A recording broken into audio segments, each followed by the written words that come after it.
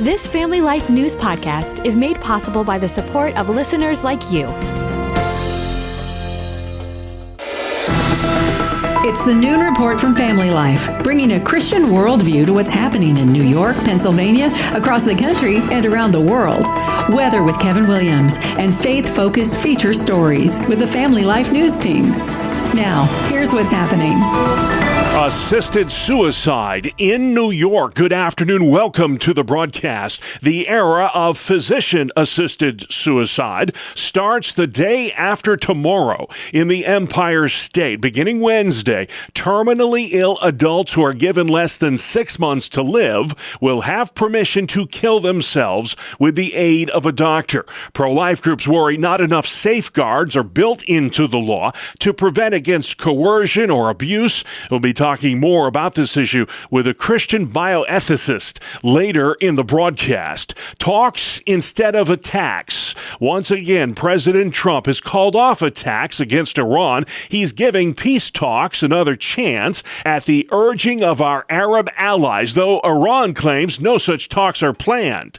Correspondent Marianne Rafferty. The president is already touting progress in negotiations, including the apparent reopening of the vital Strait of Hormuz. Trump claims the attack would have been the biggest since World War II. The decision to call off the strikes came after pressure from Qatar, the UAE, and Saudi Arabia. The U.S.-Iran ceasefire collapsed last month, and Arizona Senator Mark Kelly accuses the White House of lacking a game plan for winning this war. They're flailing, they're stuck, they're responsible for this, and the president is the one that has to try to figure out a way out of this. A new AP poll shows about 2/3 of the American people believe the war has not been worth it. Gasoline prices about $1 more per gallon than they were when the conflict began at the end of February. Now to that war that's raging in Eastern Europe. A half dozen Russians killed today in the latest drone attack by Ukraine.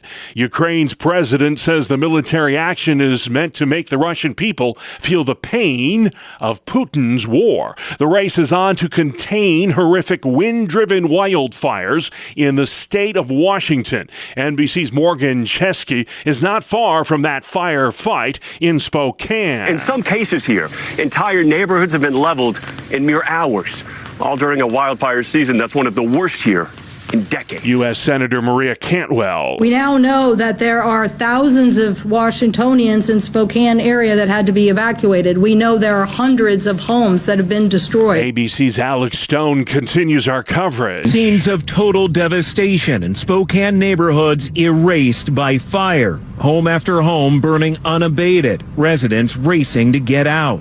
It's hot. At least 600 homes damaged and destroyed. 3 large fires are burning around Spokane. The National Guard's been called in to assist in that ongoing firefight. The nomination of Todd Blanche as the nation's Attorney General is back on track now that the nominee has put into writing a promise to derail the president's nearly $2 billion anti-weaponization fund. Here's NBC's Garrett Hake. Todd Blanche's nomination for the permanent Attorney General position has been tied up for weeks over President Trump's desire to keep fighting for his so-called anti-weaponization fund. But a pair of GOP senators felt that that fund was so politically toxic that they refused to vote for Blanche until it was declared dead in writing. And now with this one-page order released overnight, it appears to be so as a key vote on Blanche approaches. The Senate Judiciary Committee scheduled to vote tomorrow on the Blanche nomination. It will then move to the full Senate for consideration. Key primaries are happening tomorrow in 5 states, and Democratic socialism is on the ballot. Former West Virginia Senator Joe Manchin is worried about the DSA agenda seeping into mainstream politics. How could you support some of the crazy stuff they're for? Have you seen their platform? They're for dismantling everything that we know. No police, no this, no this, no that. Mm-hmm. Are you crazy? We want a strong defense. We want a strong border. But if Democrats can't say that and they start lining up with the socialist demands, energy will be gone. Primary elections are happening tomorrow in Michigan, Missouri, Virginia, Washington, and Kansas.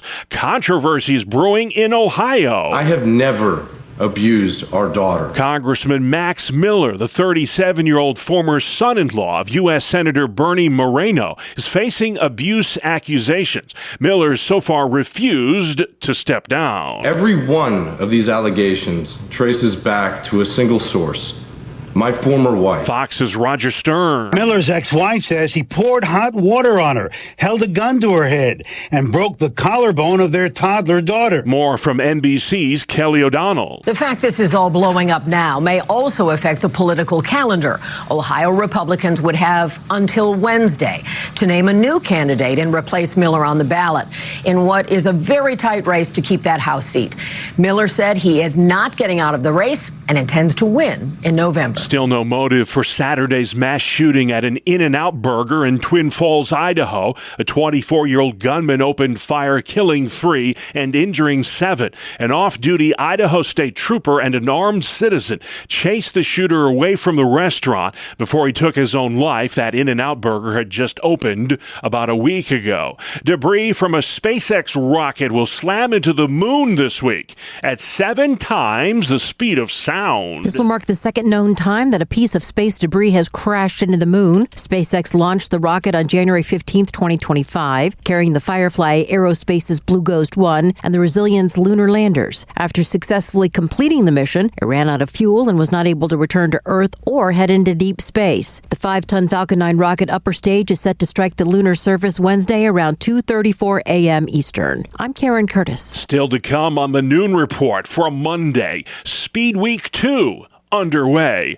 Taxpayers fund transing kids, and Chemung County Fair starts tomorrow. Good afternoon. I'm Kevin Williams. The front that has helped deliver recent showers and thunderstorms moving away now, clearing skies ahead. Your forecast is up in 10. All right. Nice to see the sun shine again. Thank you, Kevin. Checking the stories making news where you live next. Speed Week 2 is underway in New York.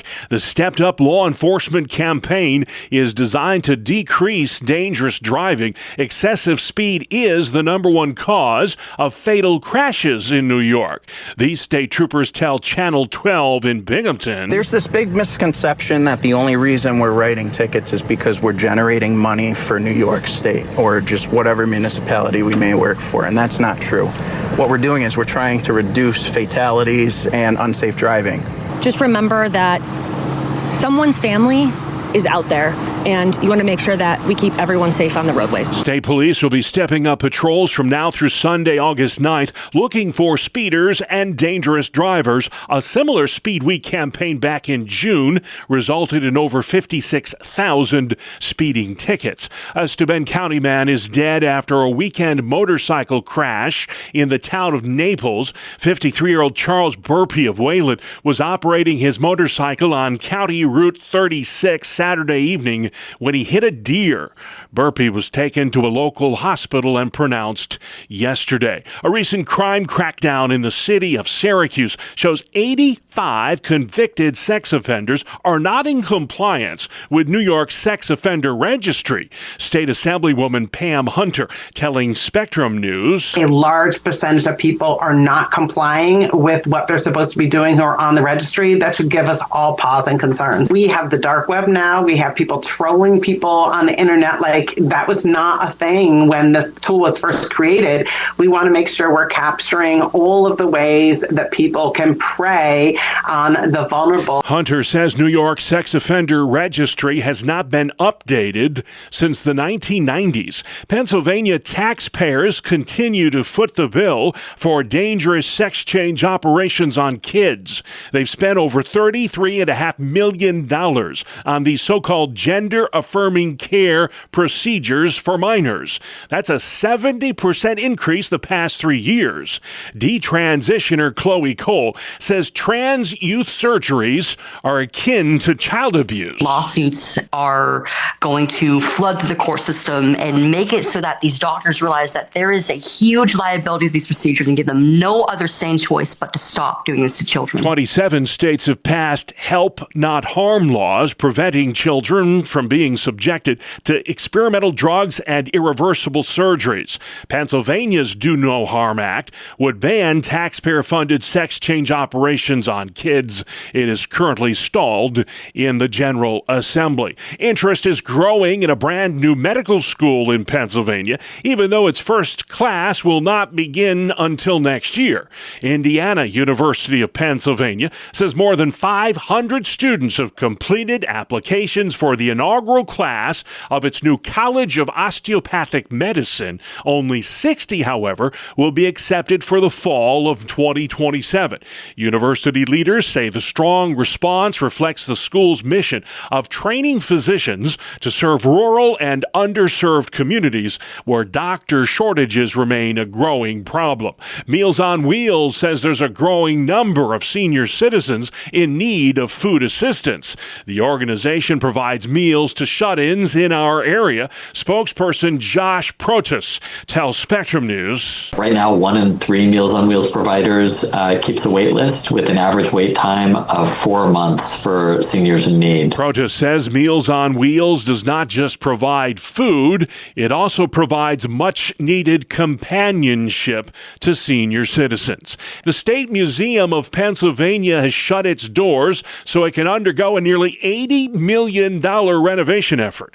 Here's Family Life's Sarah Harnish. The museum in Harrisburg, which has displayed 250 years of Pennsylvania's memorabilia, is overdue for the most comprehensive upgrade in its 62-year history. We'll lay the groundwork for renovating about 50% of our galleries. We'll have a brand new experience in the lobby. You'll come in, there'll be an opportunity to learn about Pennsylvania, the history of Pennsylvania. Doors are now closed for 3 years, but you can still take a virtual tour while they do the work.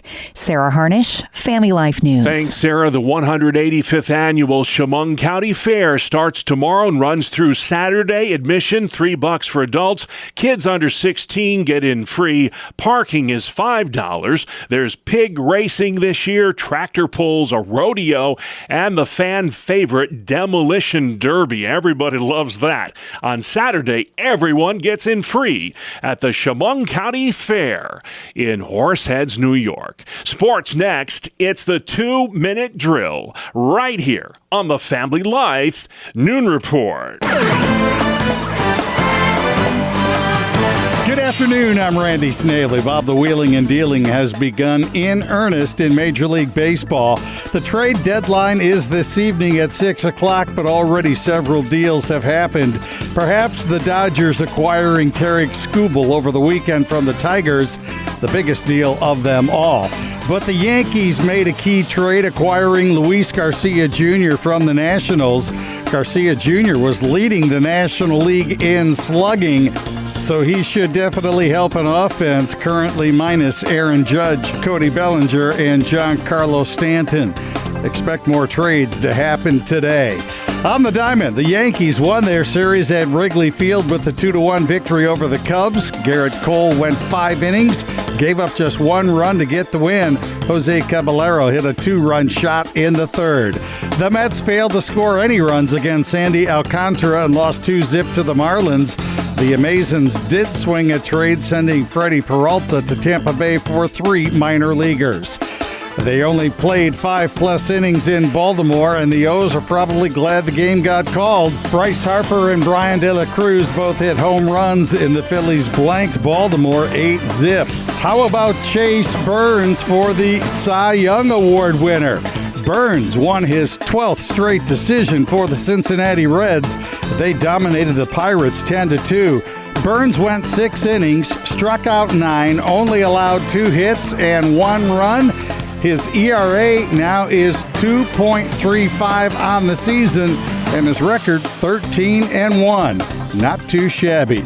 Other winners yesterday, the White Sox, Astros, Tigers, Mariners, Braves, Padres, Cardinals, Guardians, Rockies, Angels, and Red Sox. That is a look at sports. All right, that's a lot of baseball. Thank you, Randy. Still to come on the Noon Report, wildfires ravage Washington, New York's doctor-assisted suicide law, and glamping is all the rage in Pennsylvania. Welcome to Breakpoint, a daily look at an ever-changing culture through the lens of unchanging truth. For the Colson Center, I'm John Stonestreet. Rodney King's famous question, can we all get along, is never easily answered, but especially in an age of such deep ideological, political, and cultural division. Christians should constantly strive to engage friends and family with what is true, whether at home or in the workplace or on social media, and especially in person. The issues that are at stake are many, and many of the issues at stake are incredibly consequential. But what is the right tenor and tone? What is the Christian approach to these conflicts? At least part of the conflict today that we feel is within the different camps within Christianity, promoting contrasting strategies. Some are calling for a more aggressive approach, justifying harsh and personal attacks. Others are calling for Christians to be winsome and nuanced, and there are plenty of us that find ourselves somewhere in between these two options. Now, on its own, the call for mere civility is important, but it also falls short. The word civility shares a Latin root with the word civilization and citizen. So to be civil is to point to something beyond our disagreements, to things that connect us as citizens and within a larger civilizational cause.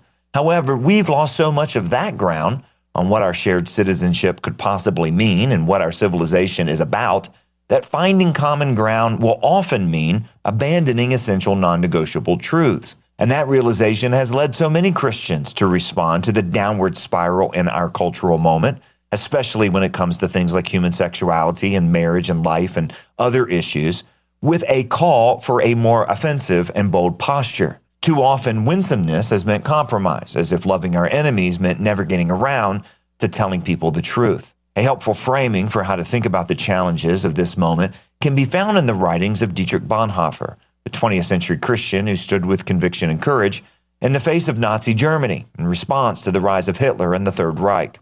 In his book Ethics, he called on Christians to be faithful in the here and now, writing this, quote, "Do and dare what is right, not swayed by the whim of the moment. Bravely take hold of the real, not dallying now with what might be. Not in the flight of ideas, but only in action is freedom. Make up your mind and come out into the tempest of the living."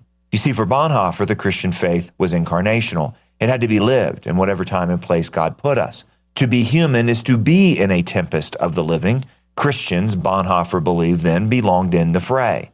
We cannot be paralyzed by fear of what others think, nor should constant concern over how we will be heard or interpreted be the thing that keeps us silent and inactive. The Christian voice is needed. Even more, Bonhoeffer believed the Christian is needed. That's no justification for gratuitous coarse language or bombastic attitudes or simply being a jerk. As a Colson Center colleague of mine likes to say, a jerk for Jesus is still a jerk. That's where the wisdom that's promised by God is so essential. We need the wisdom of when to speak, how to speak, and why to speak. If you want to grow in your understanding of biblical wisdom, make plans now to attend the 2027 Colson Center National Conference. The theme is Pursue Wisdom. You'll hear from world-renowned speakers and engage with other faithful Christians who are pursuing the kind of wisdom found only in the eternal truths of Christ as applied to the contradictions, confrontations, and confusions of our time and place. This time and place where God has called us. To join us on this journey of wisdom, visit colsonconference.org. That's colsonconference.org. For the Colson Center, I'm John Stonestreet with Breakpoint. Thank you, John. Work week weather with meteorologist Kevin Williams next. Here is your Family Life regional weather forecast for this afternoon. Ample sunshine in western New York and western Pennsylvania, but unsettled across central New York and eastern Pennsylvania. Clouds, sun, a couple more showers and thunderstorms there. High temperatures 70s to near 80. Then it'll turn out clear tonight. Patchy fog late, low temps 50s and low 60s. Lots of sunshine tomorrow with high temperatures near 80. Partial sunshine Wednesday with a couple of afternoon showers and thunderstorms close to Lake Erie. High temperatures Wednesday in the 80s. All right, Kevin, thank you kindly. This is the Noon Report on Family Life. I'm your host, Bob Price. Here's what's happening Monday, the 3rd of August. The push for peace continues in the Middle East today. President Trump once again pausing attacks against Iran.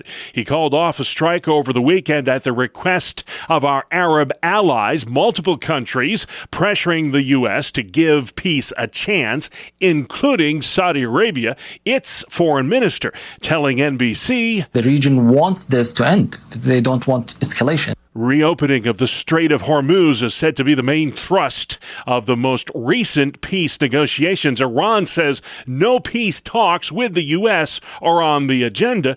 Gas prices are about $1 more per gallon than they were when this conflict started at the end of February. The National Guard's been called in to help out with the Washington state wildfires. They are the worst in the country right now. U.S. Senator Maria Cantwell. Spokane in the state of Washington has faced a historic weather event, and that historic weather event has caused probably one of the biggest damages that we have seen in the Spokane area in the history of our state. ABC's Alex Stone says 60,000 Washingtonians have been forced to flee the flames. People had to get out with little to no warning, and this was all about the wind. It was wind-driven, it was going in 50-mile-an-hour winds, and there's no stopping. No matter how many firefighters you have, there is no stopping a fire that is in winds like those. More than 600 structures have been damaged or destroyed in and around the Spokane area.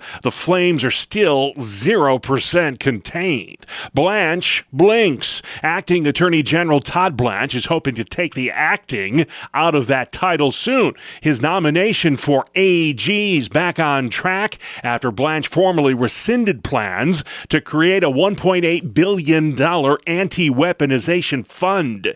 It was meant to compensate the president's political allies, including some of the January 6th rioters. Blanche's confirmation as Attorney General hinged on that written order that vacated the payouts. Now the Senate Judiciary Committee is set to vote tomorrow on the Blanche nomination. After that, it moves to the full Senate. Ohio Congressman Max Miller is speaking out today against abuse allegations from his ex-wife, who happens to be the daughter of Ohio Senator Bernie Moreno. I categorically deny abusing my former wife. That is 37-year-old Max Miller, a Republican and divorced father who's running for re-election to a third term in Congress. He's refused calls to resign from Senator Moreno, who calls him mentally unfit to serve. Miller spoke to voters on social media, disputing a string of domestic abuse allegations. So ask yourself, if I had assaulted her, would she have offered to cook me dinner 6 days later? His ex-wife, Emily Moreno, says Miller may have been responsible for their daughter's broken collarbone. No charges were ever filed. The trans athlete controversy continues in the WNBA. At Sunday's game between the Minnesota Lynx and Indiana Fever, fans showed their support for transgender athletes after Fever star Sophie Cunningham spoke out against transgender women playing in women's sports. Cunningham's comments were made in an ESPN article published last week and have drawn both support and backlash. Fans attending Sunday's game wore shirts that said, "Trans kids belong in sports," while Lynx head coach Cheryl Reeve wore a shirt under her jacket that said simply, "Trans kids belong." It was the third straight Fever game that has drawn demonstrators from both sides. That's Tony Genualdo with Fox Sports.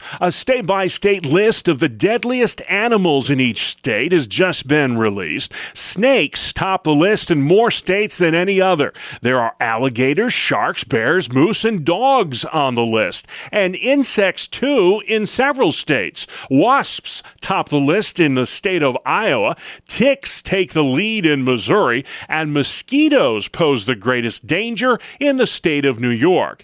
The most dangerous animal in Pennsylvania, based on total human injuries and fatalities, is the white-tailed deer, primarily due to the number of vehicle collisions it causes. Next at noon, a chat with Canadian bioethicist Dr. Maura McQueen about New York's Medical Aid in Dying Act. This Wednesday, the Empire State becomes the 13th state to permit doctor-assisted suicide. Dr. McQueen says the controversial practice has been legal for a decade in Canada and has led to disastrous consequences there. Here's more of our conversation. Explain the effect of assisted suicide north of the border in Canada and the impact it's had on the culture there. The Medical Assistance in Dying Act passed in Canada in 2016, so we've had a decade's worth of finding out what the law entails. And it's been very enlightening to discover what has happened since, especially in the area of safeguards. But I have to point out right from the beginning that the safeguards have been really a waste of time. Every single one of them has disappeared. Yeah. So in Canada, one of the first things to disappear was the amount of time that was needed to be able to actually have the procedure done. I read a statistic just yesterday. More than 5% of every death now in Canada is the result of assisted suicide. That seems shockingly high to me. Do those numbers seem correct to you?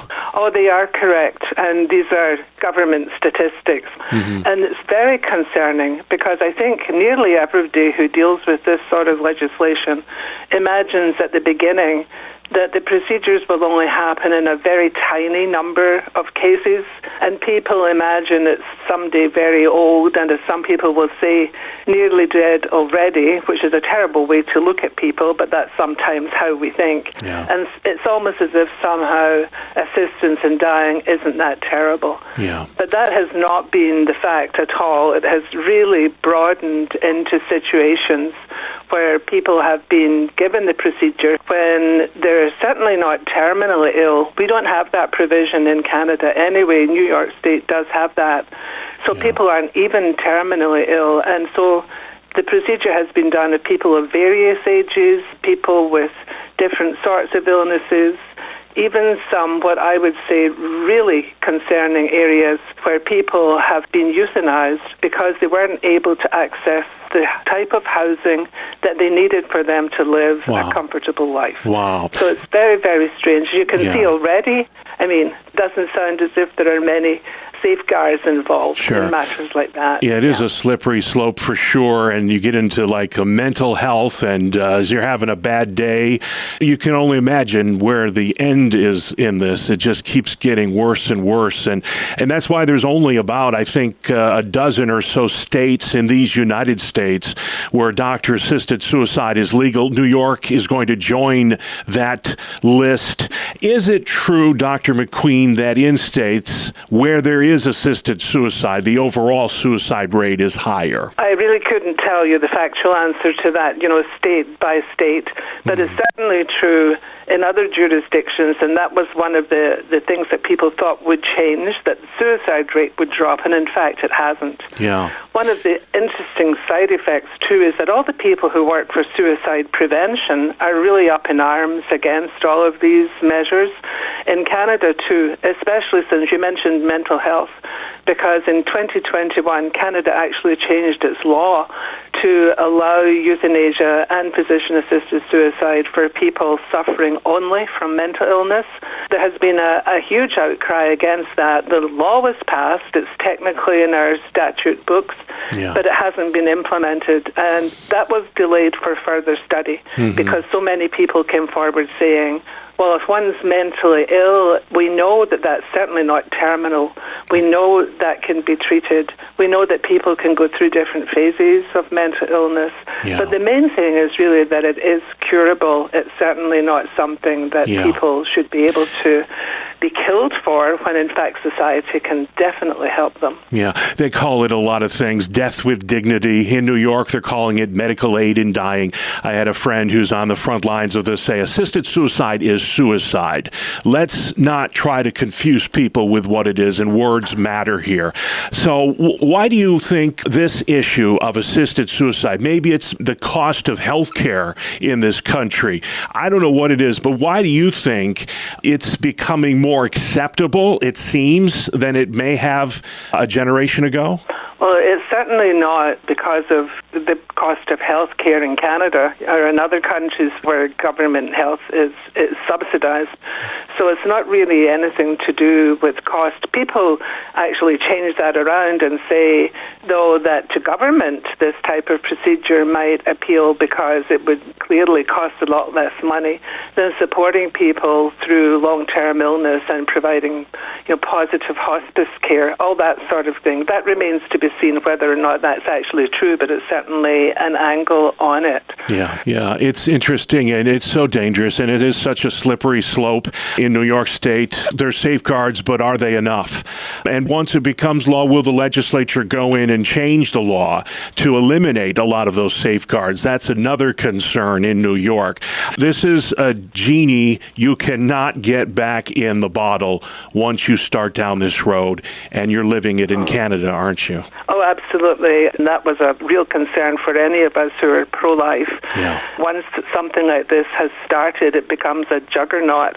It's very difficult to stop, and yet most of us feel we have to try. You mentioned you're pro-life. I am saddened by so many pro-life New Yorkers who have no problem with assisted suicide.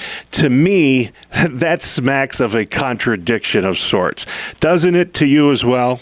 Oh, absolutely. When we're starting on the premise that life is a gift and life is sacred and every life should be protected, and that we do not have the right to take somebody else's life in these sorts of situations, it's morally wrong as far as I'm concerned. It also defies logic to me that I can protect life at one end and not protect it at the other. That is Canadian bioethicist Dr. Maura McQueen. The era of assisted suicide starts this Wednesday in New York. Finally, at noon for a Monday, camping with air conditioning. It's available now in Pennsylvania. Family Life's Brian Query. It's a pilot program aimed at attracting more outdoor visitors. The Pennsylvania Department of Conservation and Natural Resources has signed a 5-year agreement with Timberline Glamping to bring luxury camping sites to several Pennsylvania state parks. The fully furnished tents include beds,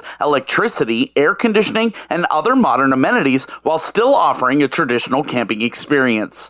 Glamping is now available at Hickory Run, French Creek, and Promised Land State Parks, with more locations planned. State officials say the program is designed to make camping more accessible and attract first-time campers while generating additional revenue for park operations. Brian Query, Family Life News. All right, can you really call it camping, though, if there's air conditioning? Great debate there. And that's our world. The world we live in. Monday, the 3rd of August. I'm Bob Price. Family Life News. You've been listening to the Noon Report. Heard weekdays on Family Life. Thank you for listening. Thank you for listening to this Family Life News podcast. If you've been encouraged by what you've heard, please share it with others and click the subscribe button to automatically receive future episodes. Family Life is a listener-supported ministry. Podcasts like this are made possible by your financial partnership. Find out more at familylife.org.